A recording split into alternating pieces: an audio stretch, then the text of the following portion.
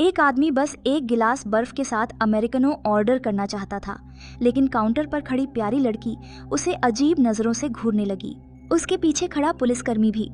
दुकान का माहौल तुरंत तनावपूर्ण हो गया। सब उसकी तरफ अजीब ढंग से देख रहे थे। आदमी ने माहौल में कुछ गड़बड़ी महसूस की और फौरन अपनी पसंद बदलकर दूध वाली चाय ऑर्डर कर दी। इसके साथ ही सब कुछ सामान्य हो गया। सबके चेहरों पर मुस्कान लौट आई। असल में वे लोग असली इंसान नहीं थे, बल्कि एक खेल के एनपीसी, नॉन प्लेबल कैरेक्टर थे। उनका मकसद सिर्फ खिलाड़ियों का मनोरंजन करना था। जिस क्षण से उन्हें डिजाइन किया गया था, उनकी जिंदगी का हर कदम कड़े नियमों में बंधा हुआ था। हमारे नायक छोटू मियाँ भी एक ऐसे ही एनपीसी थे। वह हर सुबह ठीक 6 बजे उठते थे, अपने फिश टैंक की सुनहरी मछली को हेलो कहते थे, फिर नीचे जाकर नीले कपड़ों में बदल जाते थे। रास्ते में एक चाय की दुकान से दूध वाली चाय का एक कप खरीदते थे और आखिरकार बैंक पहुंचते थे, जहां वह डकैती होने का इंतजार करते हुए काम करते थे। हर दिन हजारों बार बैंक लुटता था। उनके साथी काला मियाँ को भी इन घटनाओं की आदत हो चुकी थी। वह बस अपनी पिस्तौल का हुक खोलते थे और काउंटर के पीछे जाकर आदर्श गर्लफ्रेंड पर छोटू मियाँ से बहस करने लगते थे।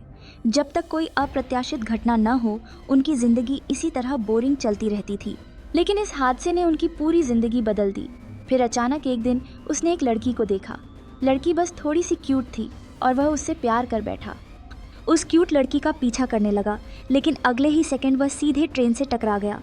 अगले दिन छोटू फिर से जाग गया और इस बार लगता है कि कुछ सूक्ष्म बदलाव हुए हैं।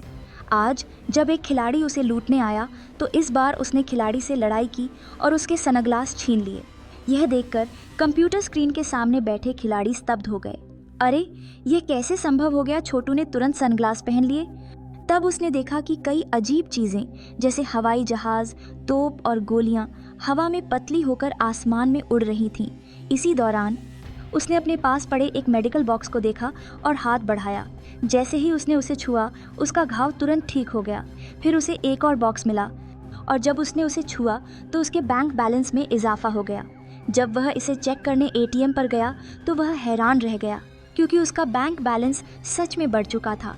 फिर वह दुकान पर गया और वह रनिंग शूज़ खरीदे, जिन्हें वह लंबे समय से खरीदने का लालच कर रहा था। इसके बाद छोटू अपनी पसंदीदा लड़की से मिलने गया। वह उसकी टास्क पूरी करने में मदद करना चाहता था, लेकिन लड़की ने उसे मना कर दिया, क्योंकि लड़की का लेवल 195 था, जबकि छोटू का लेवल केवल 8 था। अगर उसे मदद करनी होती तो उसे कम से कम 100 लेवल तक पहुंचना पड़ता। और क्या, लड़की ने उसे गले से धक्का देकर बाहर कर दिया। अब वह गुस्से में सड़कों पर उतर आया और स्टाइल करते हुए चश्मा पहन लिया, लेकिन इसका कोई फायदा नहीं हुआ। अब उसके हाथ में एक व्यक्ति ने उसे एक ग्रेनेड दे दिया। सनग्लासेस के जरिए आकर वह अपनी आखिरी सेकंड देखता है। जल्दी से वह ग्रेनेड फेंक देता है, लेकिन सामने एक गाड़ी आने के कारण वह वापस उसके हाथ में आ जाता है। अगले दिन फिर उसे उठना पड़ता है, जैसे कुछ हुआ ही नहीं। 1 सेकंड के लिए एक खिलाड़ी के साथ लड़ाई करने के बाद उसे सिर में गोली लग जाती है।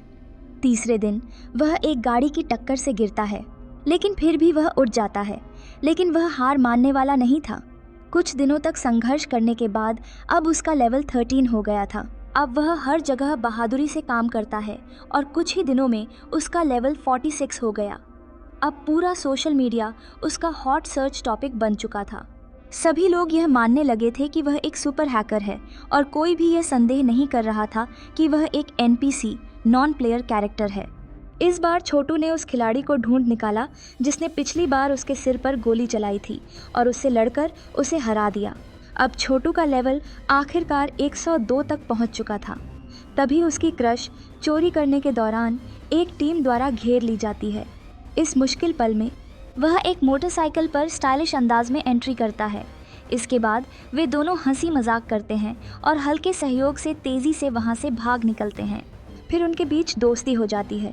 वे साथ में आइसक्रीम खाते हैं, ढेर सारी बातें करते हैं और फिर एक दूसरे को किस करते हैं। उधर असल ज़िंदगी की लड़की स्क्रीन पर चुंबन करते हुए दोनों किरदारों को देखकर थोड़ी असहज हो गई। ठीक उसी वक्त उसका पुराना साथी, जो गेम एडमिनिस्ट्रेटर भी था, उसके दरवाजे पर आ गया। इस गेम में आर्टिफिशियल इंटेलिजेंस का कोड सबसे पहले उन्होंने दोनों ने मिलकर लिखा था, लेकिन सबूत को गेम कंपनी के बॉस ने ऐसी जगह छिपा दिया था जहां कोई उसे ढूंढ नहीं पाया। तब लड़की को छोटू की असली पहचान का पता चलता है कि वह एक एनपीसी कैरेक्टर है जो इन सब के दौरान असली रूप में बदल गया है। इसके अलावा गेम कंपनी एक नए वर्जन को लॉन्च करने की तैयारी कर रही है जो और भी ज़्यादा चौंकाने वाली खबर लेकर आया है।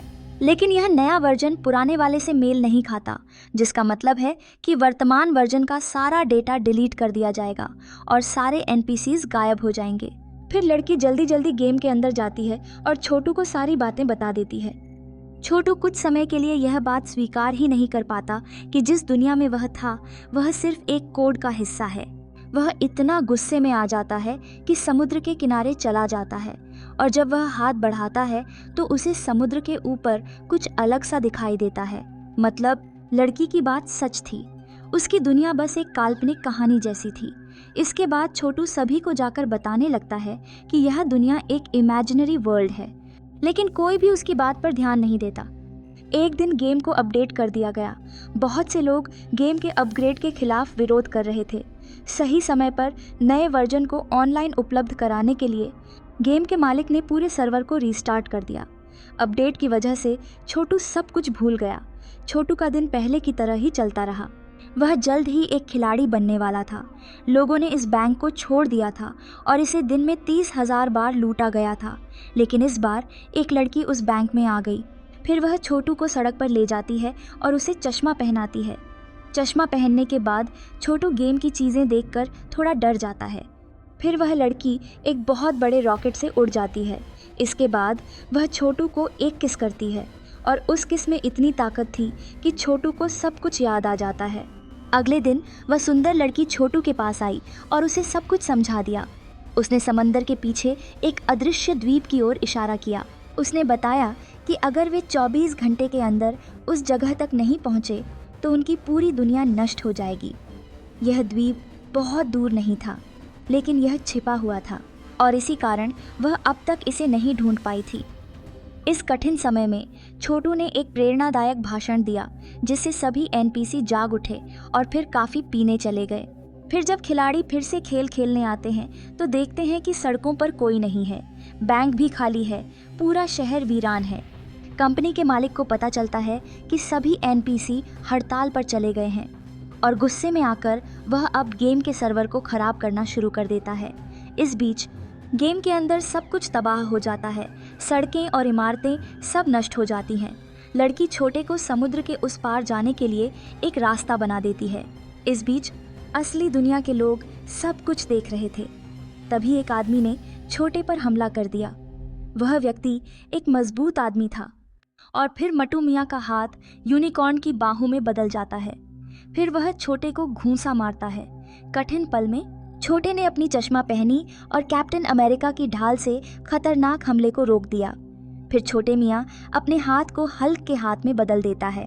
अब उनके बीच 200 साल तक लड़ाई जारी रहती है।